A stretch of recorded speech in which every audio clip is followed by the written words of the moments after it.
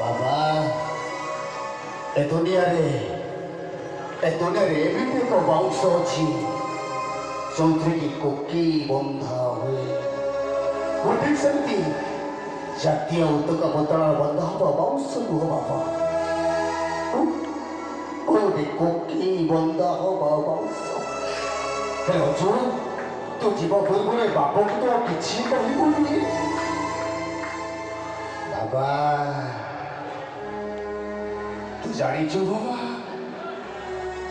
ଦିନେ ପ୍ରଭୁ ରାମଚନ୍ଦ୍ର ତାଙ୍କ ଧନୁତ୍ରଟି ଗୋଟେ ବେଗ ଉପରେ ରଖିଦେଇ ପ୍ରଭୁ ରାମଚନ୍ଦ୍ର ଗାଧେଇବା ପାଇଁ ଚାଲିଗଲେ।